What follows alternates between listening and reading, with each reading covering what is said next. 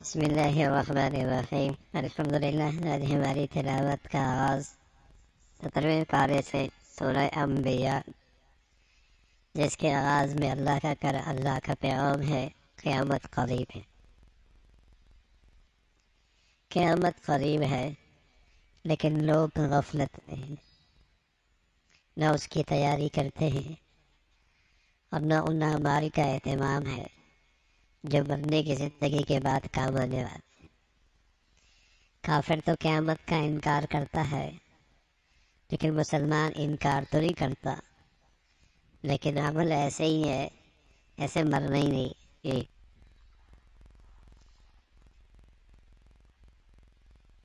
اللہ کی طرف سے آئے ہوئے اس پیغام کو وہ مذاق کے انداز میں اڑا دیتے اور مسلمان آج سنی انسنی کر دیتے۔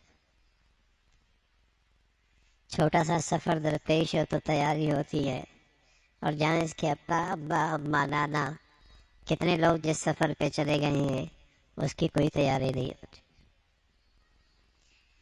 چھوٹی موٹی شفٹنگ کے لیے بھی آدمی تیاری کی فکر کرتا ہے، اتنا طویل سفر اور پھر شفٹنگ ہے، اس کا اہتمام کوئی نہیں۔ لاہیتاً قلوبہم، دل غافل ہے۔ اللہ رب العزت ہم سبھی کو فکر آخرت نصیب فرما دے۔ فکر آخرت کی بدولت آدمی کی پوری زندگی خوبصورت ہو جاتی ہے۔ آدمی کی تربیت میں، اسلام میں یہ عقیدہ بہت مؤثر ہے۔ اللہ میں اس کا خیال، دھیان، سچی فکر نصیب فرما دے۔ رسالت کے بارے میں کفار کو شک تھا، کہتے تھے آپ تو ہم جیسے ایک انسان ہیں، کھاتے ہیں پیتے ہیں۔ فرمایا ہر نبی کی زندگی کی ضروریات تھی، ہر نبی کے پسات کی زندگی کی ضروریات لگی ہوئی تھی۔ کہتے تھے معجزہ کوئی ایسا لاؤ جو پہلے نبی بھی لے کے آئے۔ فرمایا قرآن سب سے بڑا معجزہ ہے، اور یہ ایک ایسا معجزہ ہے جس میں سب کا تذکرہ موجود ہے، عقائد، اخلاق، اعمال کے لحاظ سے جو جس سطح پہ کھڑا ہے قرآن میں اس کی تصویر موجود ہے، کہیں واضح ہے اور کہیں اشاروں میں ہے۔ کوئی آدمی اپنا قرآن میں تذکرہ دیکھنا چاہے تو اسے مل جائے۔ احمد بن قیس بڑے بزرگ تھے، محدث اور فقیہ تھے، قرآن کی آیت پڑھ رہے تھے اور پڑھتے پڑھتے پوچھا کہ اس میں تمہارا بھی ذکر ہے۔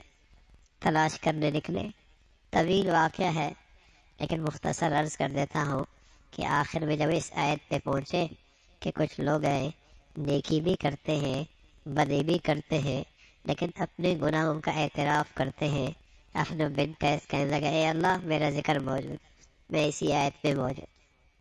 نیکی بھی ہو جاتی ہے، برائی بھی ہو جاتی ہے، لیکن اپنے گناہ پہ اعتراف، نادم، شرمندہ ہو، یہ میری زندگی کی تصویر ہے۔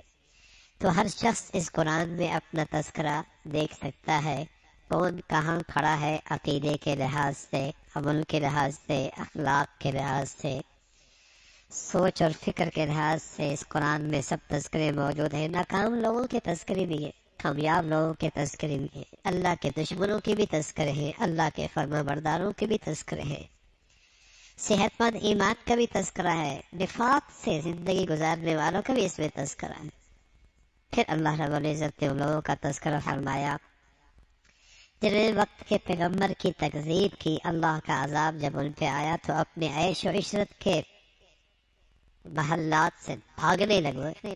اللہ رب العزت نے فرمایا بھاگو نہیں، اب یہیں تمہاری موت ہے، اور انہیں عیش و عشرت کے ٹھکانوں میں تمہاری موت کا سامان ہے۔ عذاب آیا، سارے کے سارے راکھ کی طرح ٹھنڈے ہو گئے۔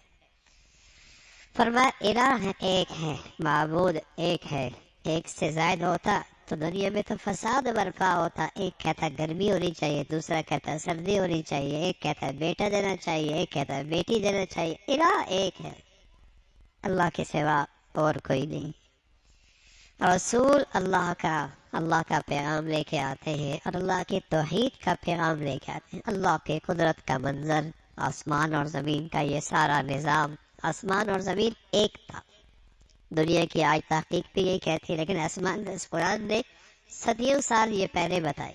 پھر اللہ نے اسے تقسیم کیا، فرشتوں کو اوپر ٹھہرا دیا، انسانوں کو زمین کے اوپر ٹھہرا دیا۔ یہ نظام بنایا، پھر اللہ نے پہاڑ گاڑ دیے، اس کے اندر پہاڑ بنا دیے، راستے بنا دیے، رات دن کا یہ نظام بنا دیے، لیکن ہر شخص نے مرنا۔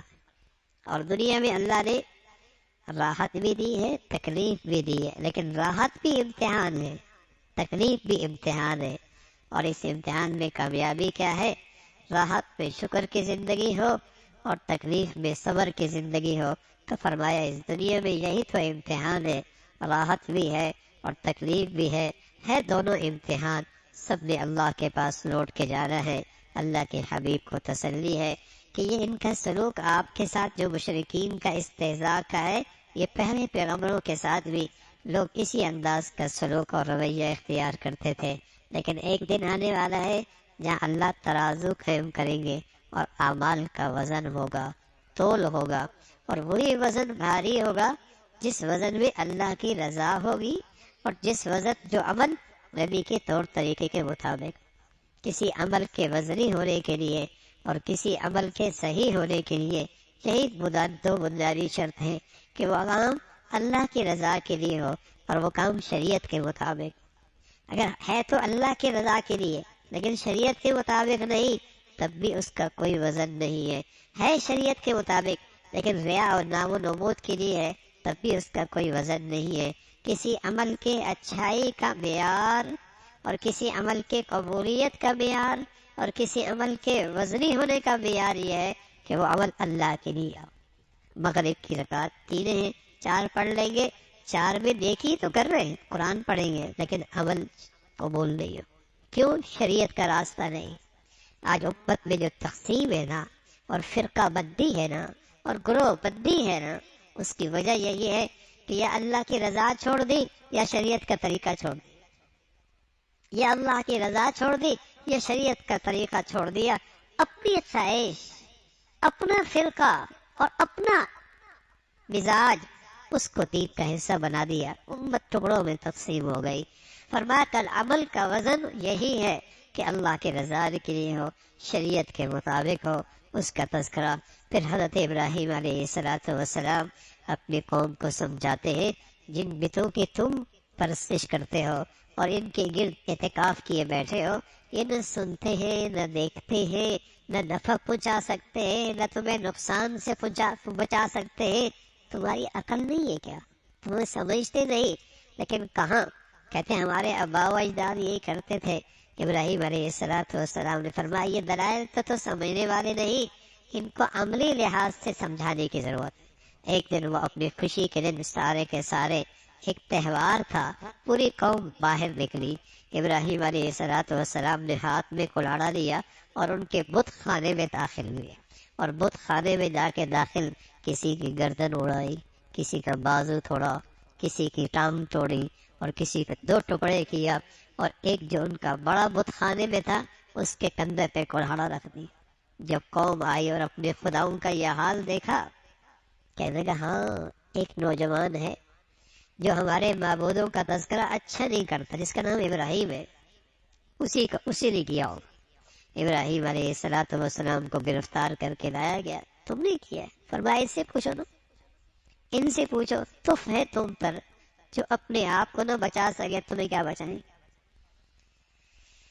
جو اپنی مدد نہ کر سکے وہ تمہاری کیا مدد کرے۔ اف لکم، تف ہے تم پہ، لیکن ضد، عناد، عقل کے اندھے نہیں سمجھ میں آئی۔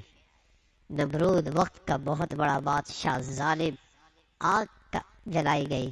ابراہیم علیہ السلام کو آگ میں ڈالنے کا فیصلہ ہوا، عبرت کا نشان بنائے ہمارے معبودوں کے ساتھ یہ کیا سلوک کیا ہے۔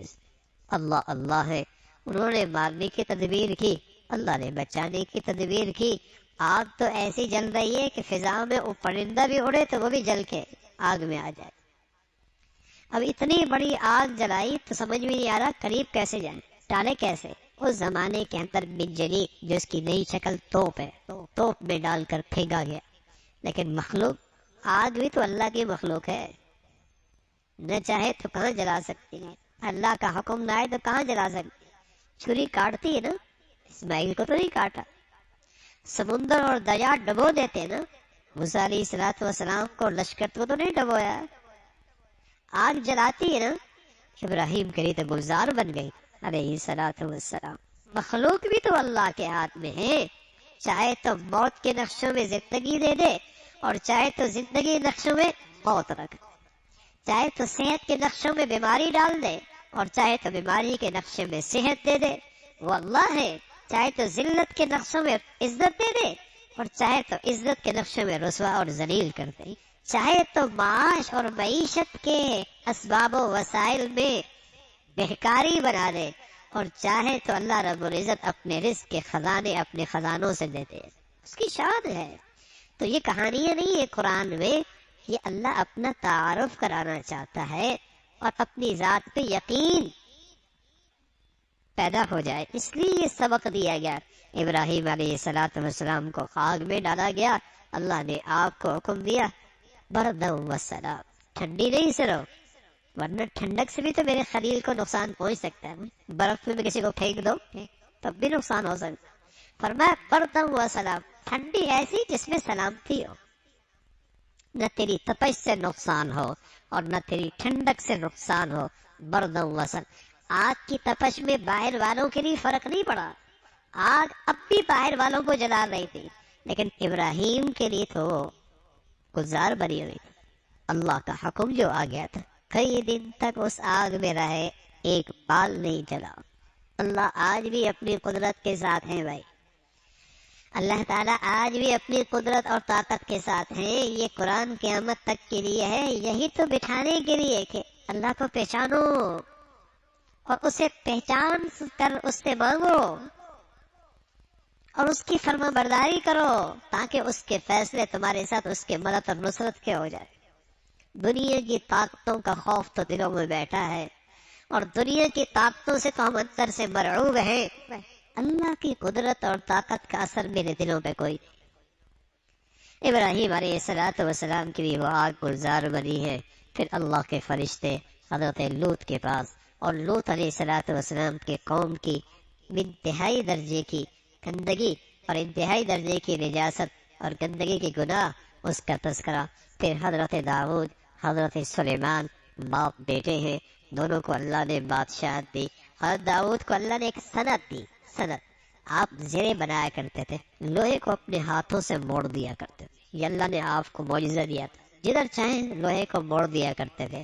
صنعت، لوہے زرہ کی صنعت آپ سے ایجاد ہوئی، ایسی صنعت جس سے مخلوق خدا کو فائدہ ہو وہ مطلوب ہے، ایسی صنعت، ایسی صنعت، ایسی چیزوں کی ایجادات جس سے مخلوق خدا کا فائدہ ہو وہ مطلوب ہے، وہ مطلوب ہے اگر صحیح نظریے کے ساتھ اسے اختیار کیا جائے۔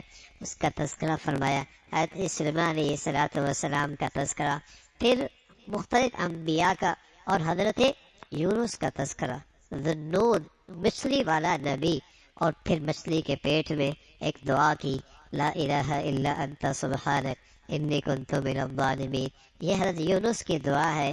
اس دعا کے بدولت اللہ نے انہیں اس مشکلات سے نکالا، سمندر کی تہ میں تھے، مچھلی کے پیٹ میں تھے، رات کا اندھیرا تھا، سننے والا کون ہے؟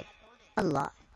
پیغمبر نے کس سے مانگا اور کسے حاجت روا سمجھا اور کسے مشکل کشا سمجھا اور کسے معبود برحق سمجھا اور کس کے سامنے ہاتھ پھیلائے اور کس کے سامنے جھول پھیلائی، مشکل میں کس کو پکارا؟ اللہ کو۔ یہی تو ایمان والے کے لیے سبق ہے اور یہ مقبول دعا ہے۔ کسی بھی حاجت میں یہ دعا کی جائے یقین کے ساتھ اللہ تعالیٰ قبول فرماتے ہیں۔ اس کا تذکرہ فرمایا، پھر اللہ رب العزت کے آخرت کا تذکرہ فرمایا، سارا نظام پھر سمیٹ لیا جائے گا، جیسے ابتدا میں انسان پیدا ہوا تھا، پھر یہ سارا نظام دنیا کا سارا لپیٹ لیا جائے گا۔ اس کا تذکرہ، آپ علیہ السلام کی خاص شان، ساری انسانیت کے لیے اللہ نے رحمت بنایا ہے۔ اے نبی، آپ یہ دعا کریں کہ اے اللہ حق کا فیصلہ فرما دے۔ اس دعا کے ساتھ اس سورت کا اختتام ہے۔ پھر سورہ حج ہے۔ سورہ حج کے آغاز میں قیامت کا تذکرہ ہے، سخت زلزلہ ہوگا، اتنا سخت زلزلہ ہوگا کہ دودھ پلاتی مائیں اپنے بچوں کو بھول جائیں گی، حاملہ عورتیں اپنا حمل گرا دیں گی، ایسا خوفناک دن آنے والا ہے اور سارے جنگل کے درندے شہروں کی طرف اس کا تذکرہ فرمایا۔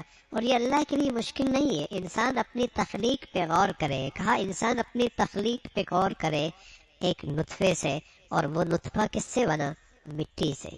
اس مٹی کے اندر زندگی موجود ہے، اس سے ایک نطفہ بنا، پھر نطفہ خون سے بنا، نطفہ خون کس سے بنا؟ مٹی سے بنا، مٹی کی غذا سے بنا، اس سے ایک نطفہ بنا، اور اس سے اللہ رب العزت نے پھر گوشت بنایا، پھر ہڈیاں بنائی، اور پھر ایک بچہ بنا، اور پھر بچہ جوان ہوا۔ کچھ تو بڑھاپے تک پہنچتے ہیں، کچھ اس سے پہلے مر جاتے ہیں۔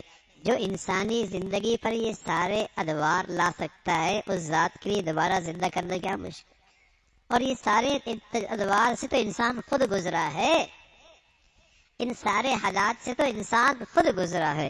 اس کا تذکرہ، پھر ان لوگوں کا تذکرہ فرمایا جو اللہ کی بندگی تو کرتے ہیں لیکن کنارے پہ، ان کی نظر مفادات پر ہوتی ہے، ان کی نظر مفادات پر ہوتی ہے کہ اگر مفادات دین اور بندگی کے ساتھ پورے ہو رہے ہیں تو اسلام کے علم بردار اور اسلام کے دعوے دار، اور جہاں ان کے مفادات پہ زد پڑتی ہے یہ بھی اسلام ایمان سے دستبردار ہو جاتے ہیں۔ خود غرض لوگ ہیں، خود غرض لوگ ہیں، مفاد پرست لوگ ہیں، دنیا کے طالب لوگ ہیں، بندگی تو صرف مفادات کے لیے کرتے ہیں، اور جہاں مفادات پہ زد پڑتی ہے وہاں بندگی چھوڑ دیتے ہیں، وہاں اللہ کا حکم چھوڑ دیتے ہیں، وہاں اللہ کی فرما برداری چھوڑ دیتے ہیں۔ ان کی فرمایا دنیا آخرت میں رسوا ہوں گے۔ پھر تذکرہ فرمایا مختلف قسم کے لوگ ہیں، یہودی بھی ہے، عیسائی بھی ہے، مجوسی بھی ہے، صابی بھی ہے۔ صابی ابراہیم علیہ السلام کے زمانے میں ایک فرقہ تھا جو ستاروں کی پرستش کرتا تھا، اور مجوسی جو آگ کی پرستش کرتے تھے۔ یہودی، عیسائی اور ایمان والے، فرمایا ان کے درمیان کل قیامت میں اللہ فیصلہ فرمائیں گے۔ دنیا میں تو کر چکے، لیکن کل قیامت میں ایسا فیصلہ فرمائیں گے کہ ہر آدمی سر کی آنکھوں سے دیکھے گا کامیاب ناکام کون ہے۔ آخرت کا تذکرہ، ایمان والے سونے کے کنگن پہنے ہوں گے اور دویز ریشم کا لباس پہنے ہوں گے، جہنموں کے لیے آگ کا لباس ہوگا، اس کا تذکرہ فرمایا۔ پھر حضرت ابراہیم علیہ السلام کو اللہ نے حکم فرمایا تھا کہ آپ حج کا اعلان کر، سورہ حج اسی نسبت سے حج کا اعلان فرما دے، اور اس آپ کی آواز پر لوگ دور دراز سے آئیں گے، حج پہ آئیں گے، اور یہاں کے روحانی مادی نفع سے فائدہ اٹھائیں گے، اس کا تذکرہ فرمایا۔ ابراہیم علیہ السلام نے آواز لگائی، اور جو جہاں تھا، ماں کے پیٹ میں تھا یا باہر تھا، لبیک کہا تو اس نے وہاں پہنچنا ہے، وہ پہنچ کے رہے گا، وہ پہنچ کے رہے گا۔ پھر قربانی ہر قوم کی ہے، اللہ رب العزت کو صرف عمل کی صورت پسند، عمل کی صورت مطلوب نہیں اللہ کو تو عمل کی روح پسند ہے، اور روح کیا پسند ہے کہ کس جذبے کے ساتھ کر رہا ہے، کس لیے کر رہا ہے۔ بعض قربانی گائے کی نہیں، بکرے کی نہیں، صورت پسند نہیں، یہ قربانی کر کس لیے رہا ہے، اس سے مقصود اس کا کیا ہے، جذبہ کیا ہے۔ فرمایا عمل کی صرف ظاہری شکل مطلوب نہیں، اس کے اندر کی روح بھی مطلوب ہے، اور وہ ہے اللہ کی رضا، اللہ کو راضی کرنے کا سچا جذبہ۔ پھر مسلمانوں کو جہاد قتال کی جو سب سے پہلی آیت ملی، 70 آیتوں میں مسلمانوں سے کہا صبر صبر، اف درگزر، اف درگزر، لیکن جب مسلمانوں کی مدینہ میں قدم مضبوط ہو گئے، پھر اللہ نے حکم فرمایا اب تمہیں قتال کی اور اب تمہیں جہاد کی اجازت ہے، اور سب اس لیے ہے کہ اگر یہ نہ ہو تو پھر شر اور فساد دنیا میں ایسا پھیلے گا، کوئی عبادت خانہ محفوظ نہیں رہے گا، کوئی عبادت خانہ محفوظ نہیں رہے گا، کوئی خانہ خدا محفوظ نہیں رہے گا۔ اور فرمایا جب مسلمانوں کو دنیا میں اللہ غلبہ نصیب فرماتا ہے تو ان کی حکومت کا دستور کیا ہوتا ہے، اور ان کا حکومت کا آئین کیا ہوتا ہے، اس کا تذکرہ فرمایا۔